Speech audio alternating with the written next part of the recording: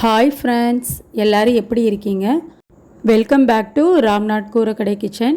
இன்றைக்கி நம்ம கிச்சனில் குட்டீஸுங்களுக்கெல்லாம் ரொம்ப பிடிச்சமான மசாலா பாஸ்தா எப்படி செய்கிறதுன்னு பார்க்கலாங்க. ஈவினிங் ஸ்கூல் விட்டு வரும்போது பசங்களுக்கு செஞ்சு கொடுத்தா ரொம்ப விரும்பி சாப்பிடுவாங்க. லஞ்ச் பாக்ஸுக்கும் செஞ்சு கொடுத்தோன்னா டிஃபன் பாக்ஸ் காலியாக தாங்க வரும். அந்தளவுக்கு டேஸ்ட் ரொம்ப சூப்பராக இருக்கும். வாங்க இப்போ இந்த டேஸ்டியான மசாலா பாஸ்தா எப்படி செய்கிறதுன்னு நம்ம வீடியோக்குள்ளே போய் பார்க்கலாம். பாஸ்தா செய்கிறதுக்கு இந்த கப்பில் 5 கப் அளவுக்கு தண்ணி நான் சேர்த்துருக்கேங்க.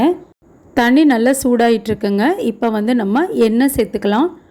2 டேபிள் ஸ்பூன் அளவுக்கு எண்ணெய் சேர்த்துருக்கேன். கொஞ்சமாக உப்பு சேர்த்துக்கலாங்க. 3/4 டேபிள் ஸ்பூன் அளவுக்கு நான் உப்பு சேர்த்துக்கிறேன். எண்ணெய் சேர்க்கும் போது பாஸ்தா நமக்கு ஒன்றோட ஒன்று ஒட்டாமல் வருங்க. உப்பு பாஸ்தாவில் பிடிக்கணுன்றக்காக உப்பு இப்போவே அரை உப்பு அளவுக்கு நான் சேர்த்துக்கிறேங்க. இப்போ தண்ணி நல்லா கொதிக்க ஆரம்பிச்சிருச்சுங்க. இந்த கப்பில் 2 கப் அளவுக்கு நான் பாஸ்தா சேர்த்துக்கிறேன். இப்போது 2 கப் அளவுக்கு பாஸ்தா சேர்த்தியாச்சுங்க. அடுப்பை லோ ஃப்ளேமில் வச்சுக்கோங்க. ஒரு தடவை நல்லா கலந்து விட்டுக்கலாங்க. உப்பு எண்ணெய் எல்லாமே பாஸ்தாவில் நல்லா மிக்ஸ் ஆகிறது மாதிரி. இப்போ ஒரு 8லேருந்து 10 நிமிஷம் போல் நல்லா வேகட்டுங்க. 10 நிமிஷத்துக்கு அப்புறம் நம்ம பார்க்கலாம். இப்போ பாருங்கள், 10 நிமிஷம் ஆயிடுச்சு. பாஸ்தா நமக்கு நல்லா வெந்துருச்சு. இப்போ நான் ஒன்று எடுத்து அமுத்தி காட்டுறேன் பாருங்கள். இப்போ பாருங்கள், இந்தளவுக்கு நல்லா வெந்திருக்கணும். நீங்கள் வாயில் போட்டு பார்த்தாலுமே உங்களுக்கு தெரியும் நல்லா வெந்திருக்கணும். நீங்கள் வேகாமல் எடுத்திங்கன்னா டேஸ்ட் அந்தளவுக்கு நல்லா இருக்காது. ரொம்ப குழைய விட்டிங்கனாலும் டேஸ்ட்டு நல்லா இருக்காதுங்க. இப்போ அடுப்பை ஆஃப் பண்ணியாச்சுங்க.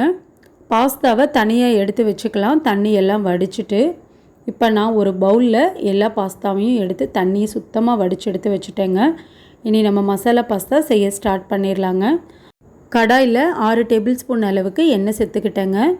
எண்ணெய் நல்லா சூடானதுக்கப்புறம் 4 மீடியம் சைஸ் பூண்டு சின்ன சின்னதாக கட் பண்ணி சேர்த்துருக்கேன்.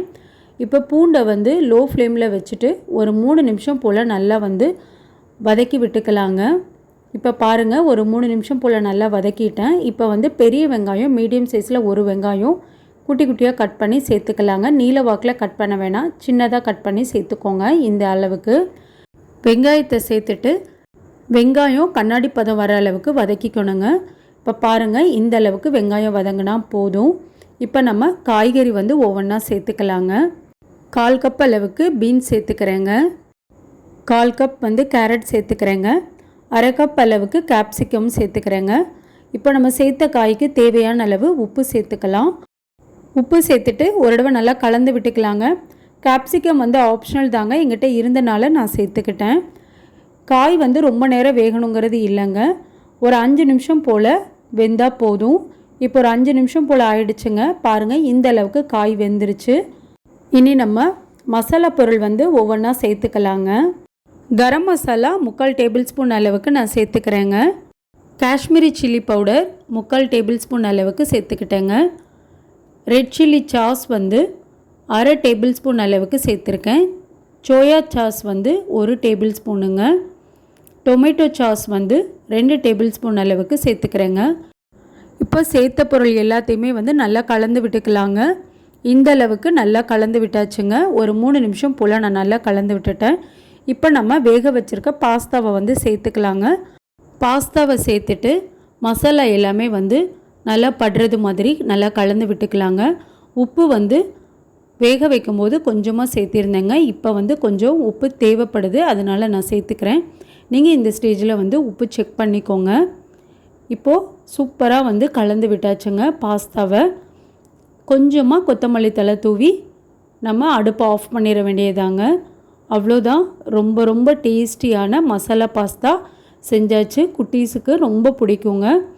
நீங்களும் நான் செஞ்ச இதே அளவுகள் படி செஞ்சு பாருங்கள். செஞ்சு பார்த்துட்டு எப்படி இருந்ததுன்னு உங்கள் கமெண்ட்ஸை எனக்கு சொல்லுங்கள். நீங்கள் இப்போ தான் நம்ம சேனலில் ஃபர்ஸ்ட் டைம் பார்க்குறீங்கன்னா ராம்நாத் கூரக்கடை கிச்சனை சப்ஸ்கிரைப் பண்ணிக்கோங்க. பக்கத்தில் இருக்க பெல் ஐக்கானை கிளிக் பண்ணிவிட்டு ஆல்ன்ற ஆப்ஷனை டிக் பண்ணிக்கோங்க. அப்போ தான் நான் போடுற புது ரெசிபீஸ் நோட்டிஃபிகேஷனில் உங்களுக்கு உடனுக்குடனே வரும். இந்த வீடியோ உங்களுக்கு பிடிச்சிருந்ததுன்னா லைக் பண்ணுங்கள். உங்கள் ஃப்ரெண்ட்ஸ் அண்ட் ஃபேமிலிக்கும் ஷேர் பண்ணுங்கள்.